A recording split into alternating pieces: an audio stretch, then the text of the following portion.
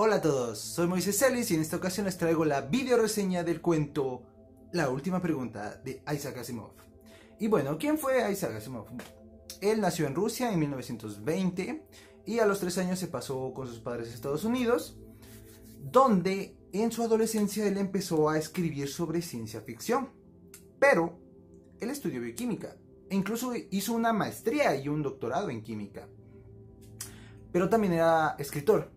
Y él escribía sobre muchas cosas, al menos 9 categorías escribía, tanto de teología, de religión, de psicología, sobre el medio ambiente, escribía sobre las ciencias naturales, las ciencias sociales, ciencias de la computación, la hacía de todo el chaval.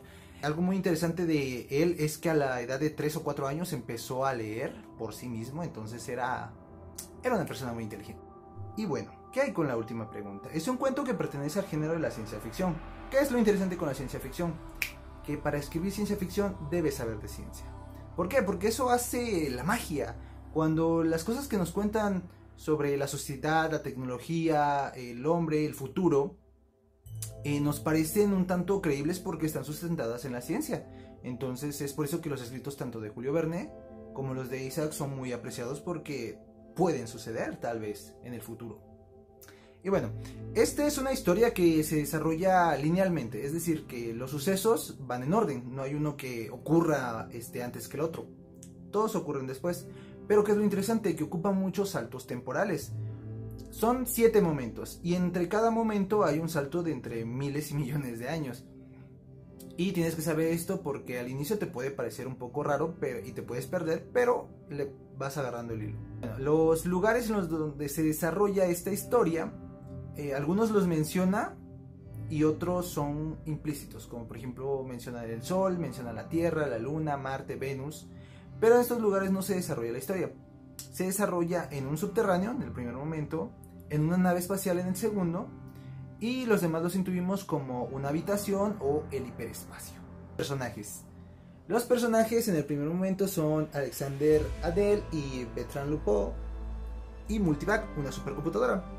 En el segundo momento, Gerard, Geraldine, Gerardet 1, Gerardet 2 y Microvac, una familia con su computadora personal. En el tercer momento son BJ-23 de la MEC y MQ-17J de Nicron, el Consejo Galáctico y la Galáctica AC, ahora otra supercomputadora. En el cuarto momento, C-Prime, Lee Su-won y la computadora Universal AC. En el último momento están el hombre, los autómatas perfectos y el cosmos. Y aunque hace un salto después, nos menciona también la última mente del hombre, la computadora simplemente llamada AC, y al final es solo una plática entre la misma computadora, una reflexión, un diálogo interno entre la propia computadora. Y bueno, ¿de qué nos hablan estos 7 momentos? ¿De qué nos habla toda esta historia? Nos menciona un término muy importante, que es la entropía. ¿Y qué es la entropía? Bueno, la entropía se entiende de muchas maneras. Una es el desgaste del universo, otra es como el caos. Lo cierto es que es una medida de probabilidad. Si nosotros lanzamos un dado, la probabilidad de que nos salga 1 a 6 es de un sexto. Si yo lanzo un dado, si digo me va a salir tal vez 3, la probabilidad de que salga es de un sexto. Pero si yo lanzo 2 dados, ahora vamos a adivinar la suma. La suma más probable que salga es 7, porque tiene más combinaciones posibles. Entonces a eso se le llama entropía. Dices, el 7 tiene mayor entropía que los demás números porque tiene más probabilidad de que salga. Y bueno, entonces de eso se trata. Como un sistema pasa de un estado ordenado a un estado más desordenado. En este proceso se pierde información. Entonces la entropía es un estado más probable donde se pierde mayor información. Los otros temas que nos menciona el cuento van desde la sobrepoblación, el uso de los recursos desmedidamente, la evolución de la inteligencia artificial, la evolución del hombre como especie y tal vez el posible origen del universo. Temas muy complejos. Menciona otros como la inmortalidad, pero son muy breves.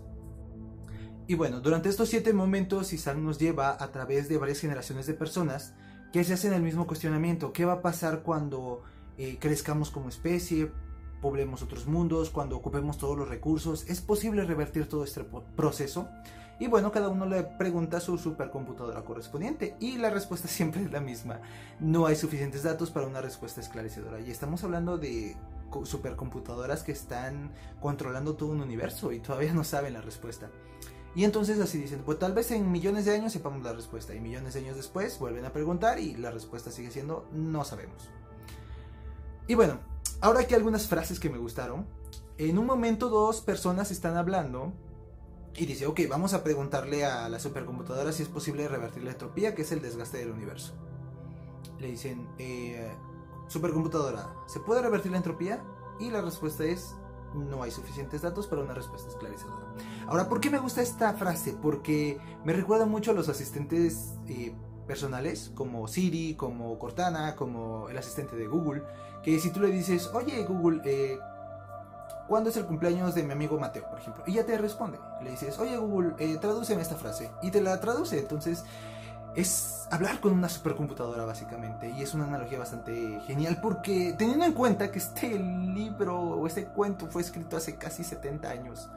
Entonces dices, wow, esta es la magia de la ciencia ficción. Alguien lo imaginó hace 70 años y mira, ahora estamos hablando con asistentes o con una voz a través de un dispositivo de 5 centímetros con una supercomputadora. Frase número 2. En un momento una de las niñas le dice a su padre, padre, no quiero que las estrellas se extingan, tienes que evitarlo. O no dejes que las estrellas se extingan. Y me gusta mucho porque habla un poco de nuestra arrogancia como seres humanos, que pensamos que nosotros podemos revertir los procesos del universo y decimos, no quiero que las estrellas se extingan, voy a revertirlo. Que también queda muy bien como frase poética, ¿no? No dejes que las estrellas se extingan. Bastante chulo. Frase número 3. Y más que frase es un pequeño diálogo sobre la inmortalidad. En un momento, dos personas de 300 años de edad, y que en ese momento se consideran jóvenes, le dice, pues, ¿sabes qué? Sí, la inmortalidad ha solucionado algunas cosas. Es un poco complicado, pero no creo que quieras morir para disminuir la sobrepoblación. Y el otro le dice, pues, no quiero morir todavía, no soy demasiado viejo.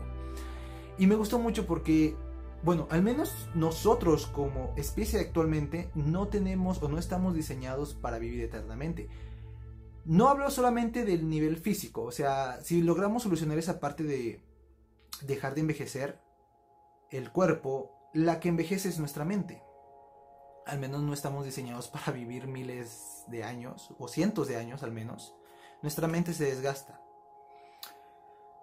Una película muy buena que habla sobre eso es In Time, pero bueno, punto y aparte. Y ese es el otro problema de la inmortalidad.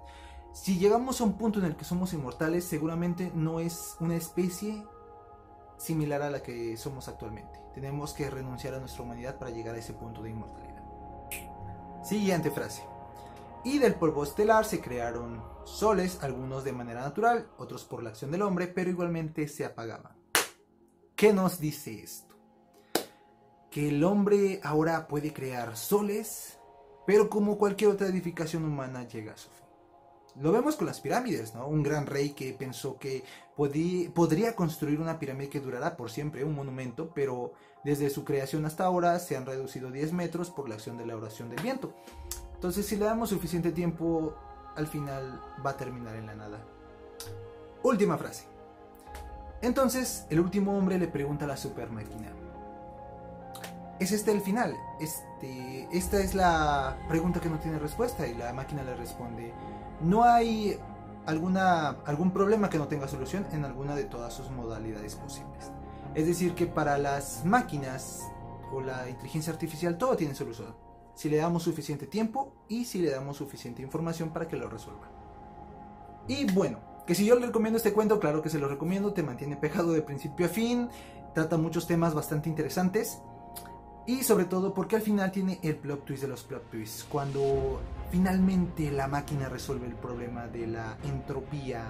Pero ya no hay ningún hombre a quien darle la respuesta. Pero dice, no te preocupes, porque la misma respuesta se va a dar a conocer. Y entonces la supercomputadora dijo, hágase la luz. Y la luz se hizo. Bueno, adiós.